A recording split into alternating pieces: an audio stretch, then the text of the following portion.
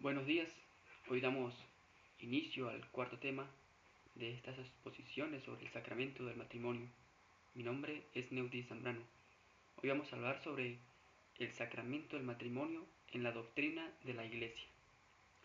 Y vamos a contar nos vamos a fundamentar de lo que nos dice San Agustín, Santo Tomás, el Concilio Vaticano II y la encíclica Casti Connubii del Papa Pío XI. Empezamos a desglosar lo que nos dice San Agustín sobre el sacramento del matrimonio. El matrimonio es el primer vínculo natural de la sociedad humana.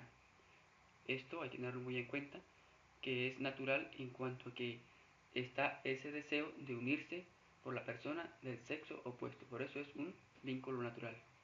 Y nos muestra allí San Agustín los tres bienes principales del matrimonio, que son la alianza conyugal heterosexual, es decir, diferentes géneros, hombre y mujer, la procreación y la fidelidad. La alianza matrimonial mantiene firme la fe del honor y del obsequio, es decir, esa unión entre el hombre y la mujer, por parte del uno y otro cónyuge, es decir, hombre y mujer, aun cuando los cuerpos van envejeciendo. Esa alianza debe permanecer hasta que la muerte los separe. No es que porque tenga cambios físicos se va a separar o la va a dejar, no, sino que a pesar de los cambios físicos, de las dificultades, pues hay que superarlos y esta alianza debe permanecer. La procreación es uno de los fines del matrimonio, en donde la pareja no solo cumple el mandato de Dios, que nos muestra en Génesis 1:28, creced y multiplicaos, sino que también tiene la responsabilidad de la educación de los mismos. Es decir, no es solamente procrearlos, sino que también hay que hacerse responsable en su educación. Y la fidelidad implica un cumplimiento exacto de los deberes que la unión conyugal impone a los esposos. Cumplimiento exacto de los deberes. ¿Cuáles son los deberes? Pues claro, la procreación, la educación, la fidelidad, aprender a superar las dificultades. Esto es el cumplimiento exacto de sus deberes en la fidelidad de la alianza conyugal. Y este bien de la fidelidad es vital y prioritario. ¿Por qué? Porque si este falla, pues lógicamente se va a derrumbar el sacramento no, esa unión entre el hombre y la mujer. El matrimonio cristiano, por ser sacramento, no queda disuelto por el divorcio civil. Exactamente, por ser sacramento, porque ha sido instituido por Cristo, no queda disuelto por el divorcio civil. Es decir, puede haber esa separación civil, pero no el sacramento. Ese no se puede separar. Pues no hay repudio en la ley cristiana. Eso, muy claro, lo sabemos, que en la ley cristiana pues no hay esa división, o decir, esa separación. Se pueden separar las personas, pero el sacramento permanece. Las relaciones conyugales que los esposos tienen entre sí con el propósito de tener descendencia, nada contienen de reprochable. Es decir, con esa unión que se da entre el hombre y la mujer con el propósito de tener hijos, que es el fin principal, pues no tiene nada de rechazo. O sea, no hay que rechazarlo, no que por esto se está cometiendo pecado o nada, sino que ese es el fin y por eso no hay rechazo hacia esta unión del hombre y la mujer. Nos dice San Agustín que cuando un hombre y una mujer se unen, por el hecho de que no son capaces de contenerse, pues no están cometiendo pecado. Cometen aún más pecado aquellas personas, hombre y mujer, que se unen, se juran amor eterno, pero que no están abiertos a la vida, es decir, no quieren procrear. En esas personas sí hay pecado. Lógicamente hay que tener cuenta que hay personas que pues son estériles y que no los pueden tener. Ya esto es un caso totalmente diferente.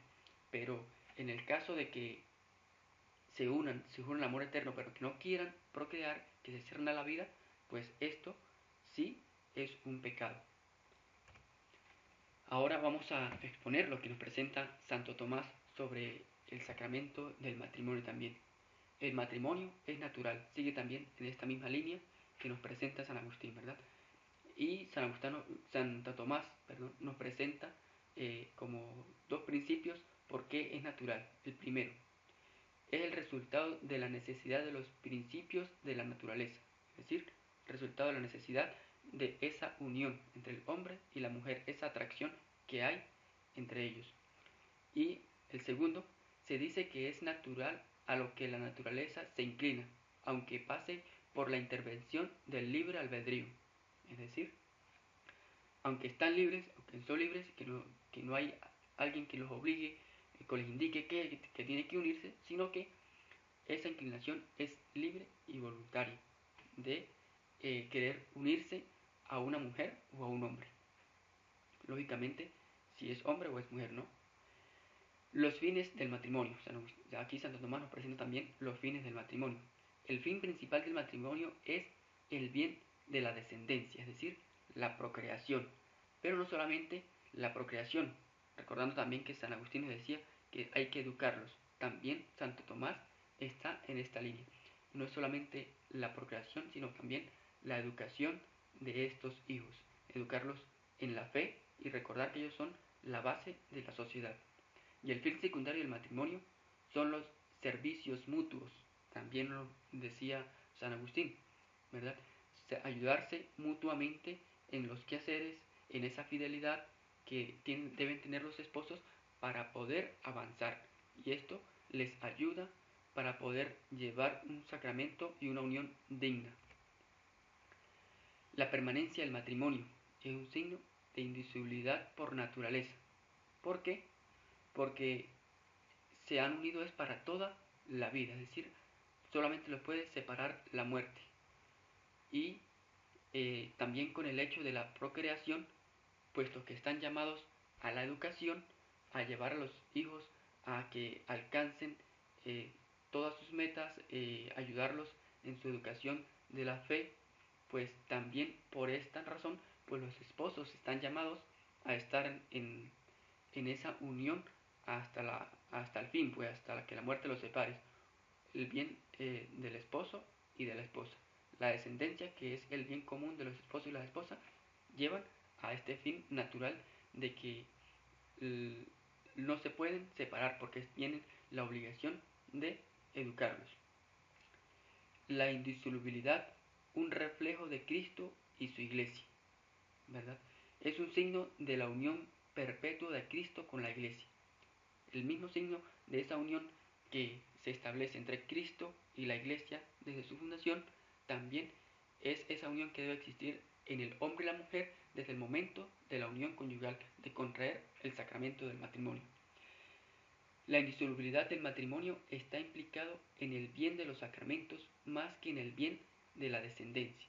Es decir, esa indisolubilidad, a pesar de que, lo decía hace un momento, la naturaleza de la educación de los hijos, pero está más implicada en la dignidad del sacramento. Los hijos pueden pasar, o aquellos que no pueden tener hijos, pues decimos entonces si no pueden tener hijos se pueden separar. No, porque recordemos que está la dignidad del sacramento, que es lo que une a estos esposos. Y nos presenta Santo Tomás también los bienes del matrimonio. Nos presenta 3 bienes del matrimonio: la prole, la fe y el sacramento. Esos son los principales bienes del matrimonio que nos presenta Santo Tomás. Atendiendo, y nos dice que con respecto a estos bienes, si se atiende a la dignidad del sacramento, pues lógicamente la primacía la tiene el sacramento del matrimonio, atendiendo a la dignidad, es decir, que ha sido establecido por Cristo, cumpliendo ese mandato divino que es hasta que la muerte los separe. Por esa razón, en ese sentido, es el sacramento del matrimonio el que ocupa la primacía. Pero recordemos que el fin de la unión del hombre y la mujer es la educación, la procreación y la educación de los hijos. Entonces, este se convertiría en el fin principal del matrimonio, el más esencial, la procreación.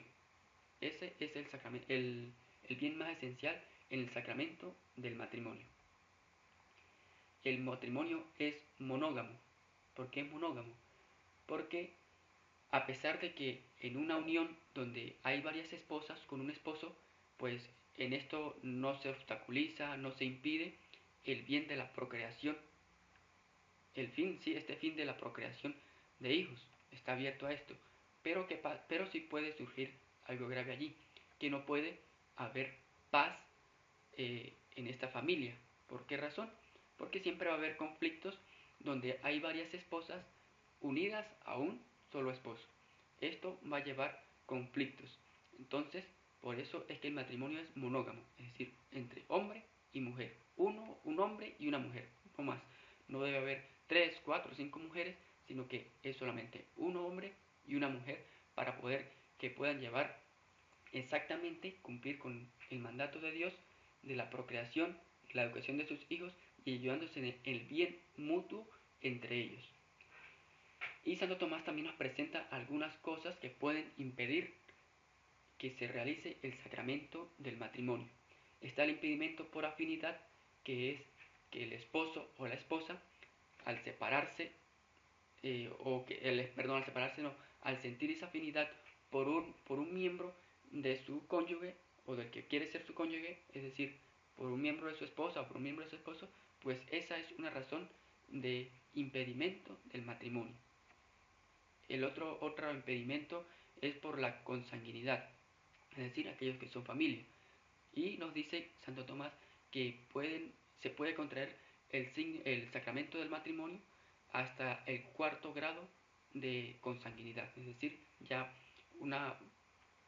vamos a decirlo así, un familiar más lejano, y por esta razón es que si es cercano no se puede contraer el matrimonio. También hay otros diversos puntos o impedimentos como son el impedimento de la impotencia por maleficio, el incesto y falta de edad. Hay que tener algo muy en cuenta que nos dice Santo Tomás aquí, el impedimento por el impedimento del maleficio, ¿no? La impotencia procedente del hechizo derime el matrimonio, si es perpetuo, pero si es temporal, no. Es decir, que si hay algo que el hombre o la mujer no pueda, no tenga ese deseo del débito entre ellos, pues entonces esto es un impedimento entre el hombre, o para el hombre o para la mujer, para contraer el matrimonio. También puede ser por alguna enfermedad, pero hay que tener en cuenta que si es por una razón, eh, eh, por siempre, pues, o sea, hasta que se va a morir. Pero si es algo temporal, algo que va a pasar, pues en este caso sí se puede contraer el matrimonio. Está también por el incesto, es decir, por algún familiar cercano, pues por estas razones, que tenga familia con descendencia, un familiar cercano por esta razón, pues tampoco puede tener, eh, no puede contraer el sacramento del matrimonio. Y por la falta de edad. ¿Por qué razón? Porque el, el, el que va a contraer matrimonio, pues no tiene clara esa responsabilidad que está tomando, no tiene claro que es un mandato divino y por estas razones, pues es que se establece una edad más o menos madura para que la persona pueda contraer matrimonio. También otra de las razones es como la pérdida de la razón, ¿no? Que tal vez la persona no esté en sus cabales totales para contraer el matrimonio y lo hagan casar. Esto también es un impedimento del matrimonio. Pasamos ahora a lo que nos expone el Concilio Vaticano II sobre el sacramento del matrimonio.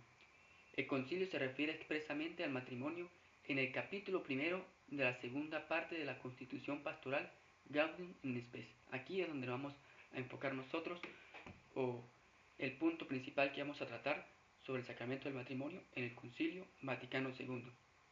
El designio divino sobre el matrimonio. Hay que tener en cuenta que es un designio divino. ¿Por qué? Porque es el mismo Dios el autor del matrimonio. Desde el principio de la creación, cuando creó al hombre y a la mujer, es el autor. Recordemos que se pierde la gracia por la desobediencia, pero ya viene después Cristo a restablecer esa gracia y establece o es el que da los sacramentos. Él es el que establece los sacramentos, ¿verdad? El único lugar que hace posible que el amor entre un hombre y una mujer sea conyugal, es el matrimonio. Él es el único lugar, ¿verdad? Y es decir, un amor electivo que abarca el bien de todas las personas en cuanto sexualmente diferenciadas, el bien del hombre y la mujer. Como lo decíamos entre lo que nos decía San Agustín, recordando lo que nos decía San Agustín y Santo Tomás, pues esa ayuda mutua. Este bien es el que ayuda a que el matrimonio pues también tenga ese designio divino.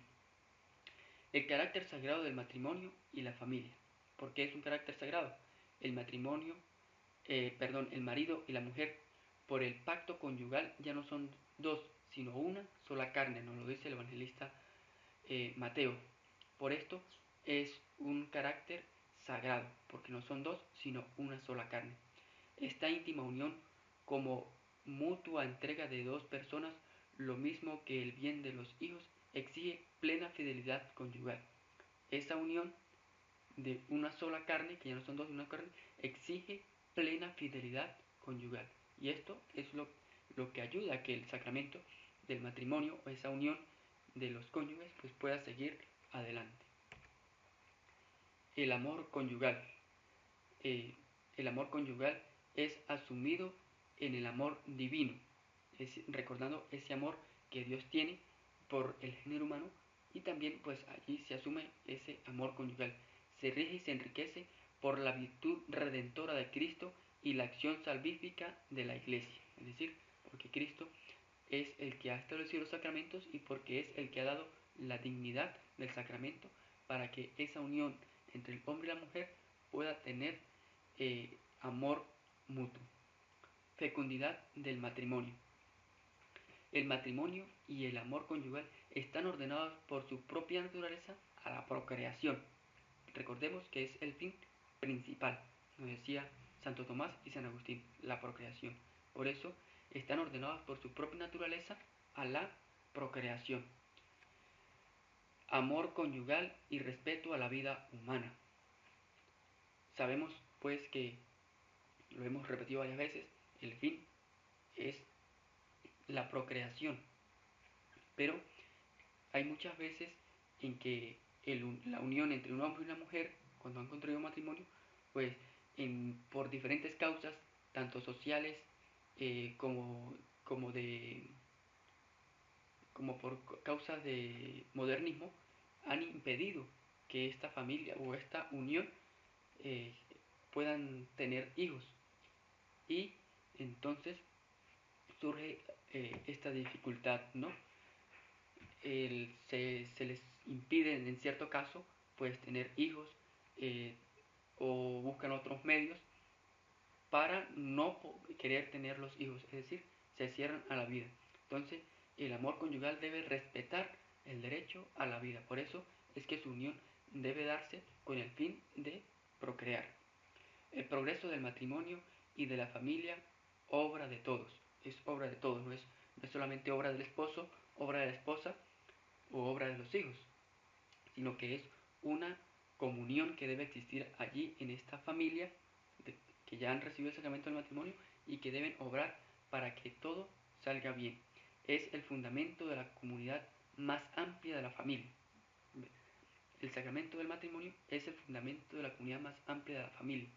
Y desde allí, pues es que en esa educación de los hijos, en ese vivir recto, en esa vivir con fidelidad, pues es que los esposos ayudan a que sea obra de todos, tanto de los hijos como de los esposos. El hogar es la primera escuela de la vida cristiana, eso lo tenemos claro. En la primera escuela es donde se fundan los valores, los principios a los hijos, y recordemos que estos pues más adelante también van a unirse a un hombre o a una mujer. Pasamos ahora a lo que nos expone el Papa Pío XI en su encíclica Casti Connubii sobre el sacramento del matrimonio. La finalidad de esta encíclica: presentar a los hombres la verdadera doctrina sobre el matrimonio, aclarar. Y se propone hablar sobre la naturaleza del matrimonio cristiano, de su dignidad, de las ventajas y beneficios que de él dimanan para la familia y para la sociedad humana. Esta es esto es lo que se propone el Papa en esta encíclica.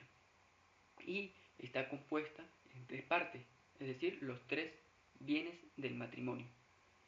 Y empezamos pues el primer bien, el principal, la prole. Ese es el principal. Se cumple con un mandato divino. Esta procreación no es solamente eh, porque se tiene la necesidad y en la unión entre el hombre y la mujer, pues se da la creación, no, sino que se cumple con un mandato divino. Creced y multiplicaos y llenad la tierra. Ese es el mandato divino que recibe el hombre y la mujer en el sacramento del matrimonio. El primer lugar entre los bienes del matrimonio lo ocupa la prole. Ya lo hemos dicho varias veces, lo hemos recalcado. El bien de la prole, sin embargo, no está completo con la procreación. Recordemos, como decíamos al principio con San Agustín, no es solamente tener hijos, sino que también se debe tener una responsabilidad en la educación. Y es allí donde se completa esa, ese, ese fin último de la procreación, de también educarlos hasta que alcance el hombre su plenitud. Pasamos al segundo punto de los bienes del matrimonio que nos presenta el Papa Pío XI y es la fidelidad. Este pues tiene algunas características también que vamos a desglosar acá. La fidelidad primero presenta la unidad. El propio Creador preestableció que esa unidad se da entre un hombre y una mujer. No es más, es decir, hombre y mujer, no más. Esa es la unidad y es establecida por Dios desde el principio cuando crea a Adán y Eva. Amor y perfeccionamiento mutuo. Ya lo hemos dicho, que el hombre, cuando contrae el sacramento del matrimonio, pues debe en esa armonía, pues ayudarse mutuamente. Y también pues el hombre debe amar a su esposa como Cristo ama a la iglesia, nos dice el apóstol San Pablo en la carta a los Efesios, ¿verdad? Y por eso es que debe ser un perfeccionamiento mutuo. Y recordemos que eso es la perfección grande que tenemos, que Cristo ama a su iglesia. Y si eso es perfecto, pues si el hombre sigue este ejemplo y ama a su esposa y la esposa a su esposo, pues también alcanza ese perfeccionamiento en el sacramento del matrimonio. La obediencia es algo muy importante también en la fidelidad. Sí, para ser fieles, pues también hay que ser obediente, ¿no? Pero aquí no podemos sobrepasar los límites. Tengamos en claro, como dice el apóstol también San Pablo, estén sujetas las mujeres a sus maridos como al Señor, pues, pues que el varón es cabeza de la mujer como Cristo es cabeza de la iglesia. Por eso se debe tener esa obediencia. El varón es la cabeza de la mujer, es decir, el que dirige, el que guía. Así, pues también es Cristo en la iglesia. El varón es el jefe de la familia y cabeza de la mujer. ¿Bien? Por eso es el que encarga de dirigir, de guiar. Carne, ¿por qué? ¿Por qué se encarga de dirigir a la mujer? Porque es carne de su carne y huesos de sus huesos. Por esta razón es que la mujer debe someterse en obediencia a su marido, pero como compañera, tengamos esto claro, no como esclava. No es que el hombre va a hacer lo que se le apetezca con la mujer, no. Recuerde que es su compañera, más no su esclava. Y el tercer y último punto que nos presenta la encíclica, o el tercer bien del sacramento del matrimonio, es el sacramento. Es el tercer bien que nos presenta el Papa Pío XI. ¿Qué hace el sacramento? Refuerza la indisolubilidad del matrimonio. ¿Por qué? Recordemos que lo que Dios ha unido, el hombre no lo separa, ¿verdad? El hombre no puede separar lo que Dios ha unido. Nos lo expresa el evangelista Mateo. Por esta razón es que refuerza esa indisolubilidad del matrimonio. ¿Qué más hace el sacramento? Él nos muestra el significado del matrimonio cristiano. El sacramento del matrimonio muestra el significado del matrimonio cristiano, porque representa aquella unión perfectísima que existe entre Cristo y la iglesia. Esa unión entre Cristo y la iglesia también se muestra en el sacramento del matrimonio. Mientras Cristo viva y la iglesia por él, jamás podrá ser disuelto por separación alguna. Es decir, mientras Cristo viva y la iglesia, que está sustentada de Cristo, también exista, pues nadie en este mundo podrá hacer separar el sacramento del matrimonio. El sacramento del matrimonio perfecciona el amor. ¿Por qué lo perfecciona? Porque Cristo nuestro Señor es fundador y perfeccionador de los sacramentos. Es decir, Él los ha fundado y es el que va a perfeccionar esa unión entre el hombre y la mujer al ser perdonado el pecado, ¿verdad? Él es el que regenera a la humanidad y por eso también regenera a los esposos, para que exista esa unión perfectísima entre ellos. Y es fuente de gracia. ¿Por qué es fuente de gracia? Aumenta el principio permanente de la vida sobrenatural. Por esta razón es que el sacramento es fuente de gracia y pues lo lleva a sus fines y a sus obligaciones. Los esposos en esa unión íntima pues cumplen con todos estos bienes y por esta razón es que alcanzan, eh, es fuente de dignidad, porque le da dignidad de matrimonio y le da también la dignidad a la familia. Esto, hasta aquí pues llegamos con este cuarto tema sobre el sacramento del matrimonio en la doctrina de la Iglesia. Gracias.